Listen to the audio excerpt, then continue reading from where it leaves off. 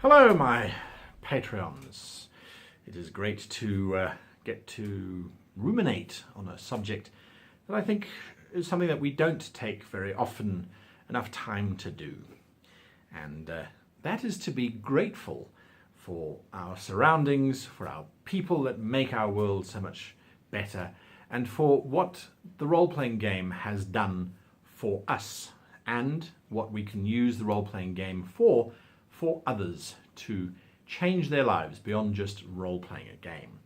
Now, I'm going to wax lyrical in this particular episode, so if you're not too keen on seeing how role-playing has changed my life and how it may or may not change the lives of those that sit at my table or around it, or for that matter, how it has changed your own life, then I thank you for your patronage and suggest you catch us next week when I'm not so thoughtful.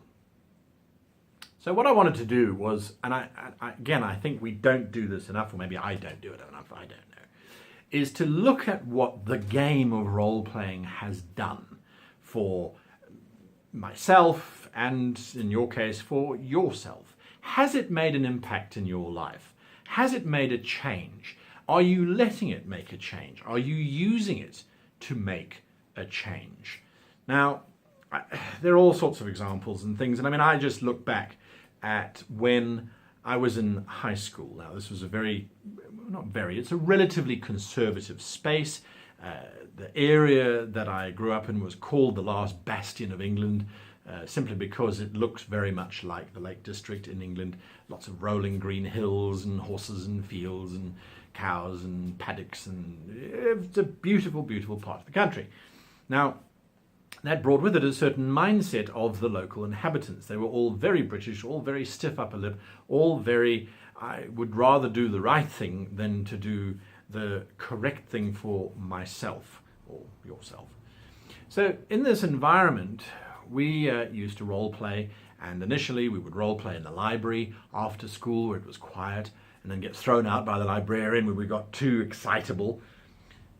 But in those formative years, what role-playing did for me there was it helped encourage my communication skills, my group dynamic skills, my understanding of victory versus loss, making good decisions, making bad decisions. Didn't help my mathematics, unfortunately, because I just ignored Thacker and couldn't work out how it made any sense in anyone's life. But that wasn't the point. The point was that there was a lot of learning that was going on, and I think it became very evident to the English teachers particularly, because my group of friends and myself, we had a fairly good command of the English language, and when it was time to create creative writing, stories and narratives and things, most of the role players were in the top 5 of the class in terms of being able to write narrative pieces. And again, I attribute that to the role playing. But one day, our GM at the time decided that during I think it was a social education class, the forerunners of modern day life skills and those kind of things, he decided that it would be better to roll up a campaign that we were going to be playing in rather than pay attention. And the teacher, the school counsellor at the time, decided to confiscate those books. So she confiscated them, and later on my mother was called into the school because she was concerned that I was a Satan worshipper, a Satanist, a satanic being who craved power from the Dark One. And she gave my mother a book, and in that book was listed 10 things to spot if your child is a Satanist or not.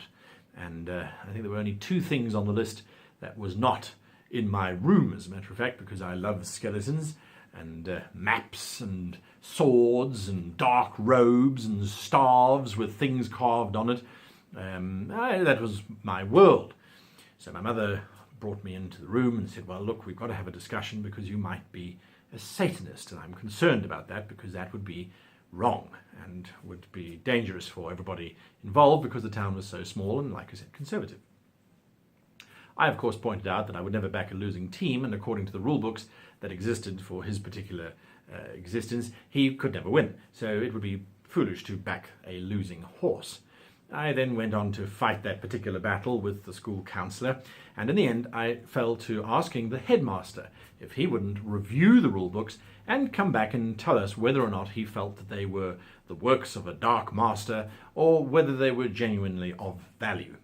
Well, I have to take my hat off to that fine gentleman who read the books, gave it due consideration, and after a month returned the books to us and said that he wanted us to run it as an extracurricular activity at school because he could see the immense value in problem solving, group dynamics, storytelling, English development and all that kind of thing, much to the chagrin of the counsellor and to the relief of my mother, who could rest assured that her son was not the evil spawn of Satan that she thought he might be. Ha ha ha. 10 years later, what a disappointment, eh, Mother? Anyway, so I wanted to look back on that and say, well, that changed my life because that got me to stop respecting authority simply because it was in a position of authority. It got me to say everything and anything can be challenged as long as you go about it in a way that it is constructive. I could have rebelled and thrown my toys out and run around and screamed that I was a Satanist and shaved my head and got piercings and tattoos. I saved that for later. No, so I didn't do the rebellious thing. I didn't fight back. I went and tried to solve it in an amicable way and ended up doing so. So that was something that I was incredibly, incredibly grateful for. And moving forward throughout the rest of my career, I naturally gravitated towards script writing and storytelling and the powers of being able to do so in a relatively short space of time. I have a fairly good reputation of being able to churn out a script, this is corporate scripts, in a very short space of time.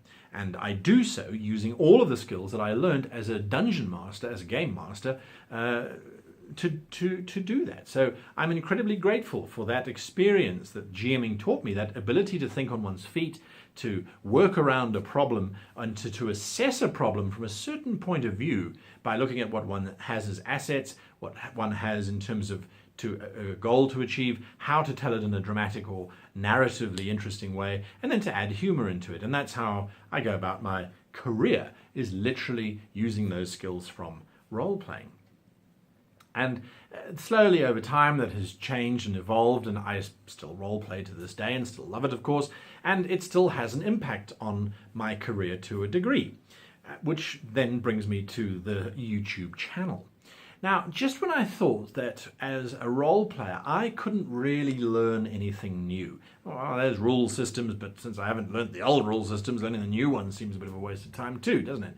So from a narrative perspective, I went, well, I've kind of got it locked down. For almost 20 years, my career has been based on telling stories, and that's really what role-playing is, so there's nothing new under the sun. Launched the YouTube channel and learnt a significant amount of things from you guys. You would write back, you would argue, you would make points, some of you would agree, some of you would disagree, and I had the opportunity of sitting back and absorbing just all of this information and changing my mind on things, re-evaluating what I hold near and dear, and looking, going, yes, well, I might preach this, but that doesn't actually happen in my game, or it actually does happen in my game, I just haven't been aware of it because I needed to come up with a lesson for the week or a topic to be discussed for the week, and I needed to reflect upon that. So if I look at it, role-playing has now opened up this world of YouTube, this space where I have now got to meet literally thousands of people because of this game. And now that I look at the USA Tour and all that kind of stuff, I'm going, that's just another aspect that this game has brought. The quick thinking, the GM mindset of being able to turn conversations and twist conversations, allow me to position myself where I can do that in my corporate space, and that allows me to take advantage. Sitting around a dining room table, having a game with someone where you are in control, often I wish that I could apply that in real life, and then I realize I am doing that in real life. I tend to take charge of situations, maybe that's my personality, and a more reserved GM wouldn't necessarily do that.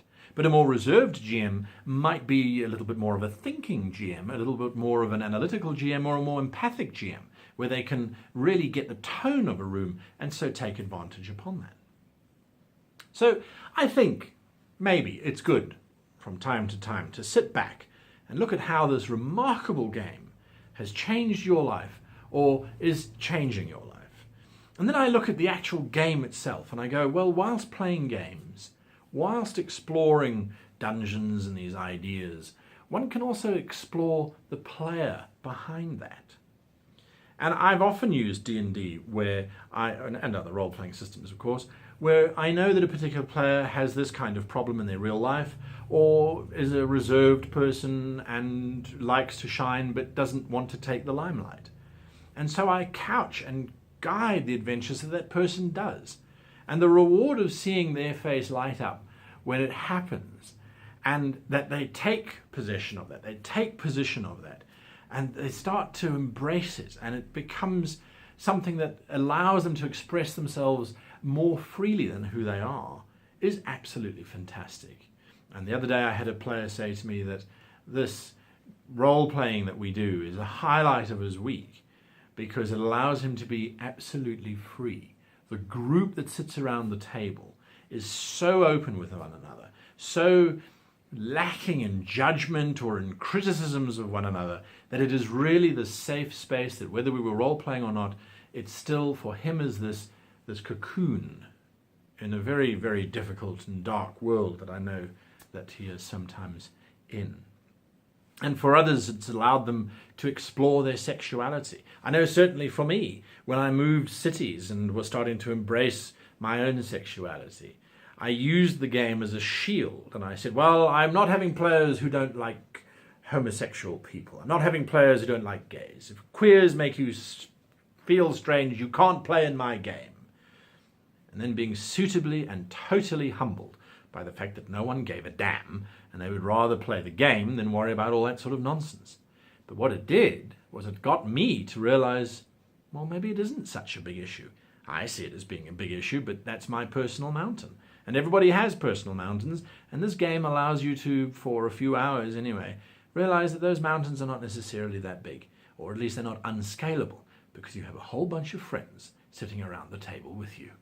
And that is something that we need to be truly, truly thankful for. Well, before I start choking up and tearing up about my wonderful experiences and my wonderful players and all of you wonderful people who support this channel for whatever reason, I can only hope that you derive a certain amount of pleasure and enjoyment and development, and that it makes your games that much better, your mountains that much smaller, and your evenings or daytimes that much brighter, because I certainly know you do for me.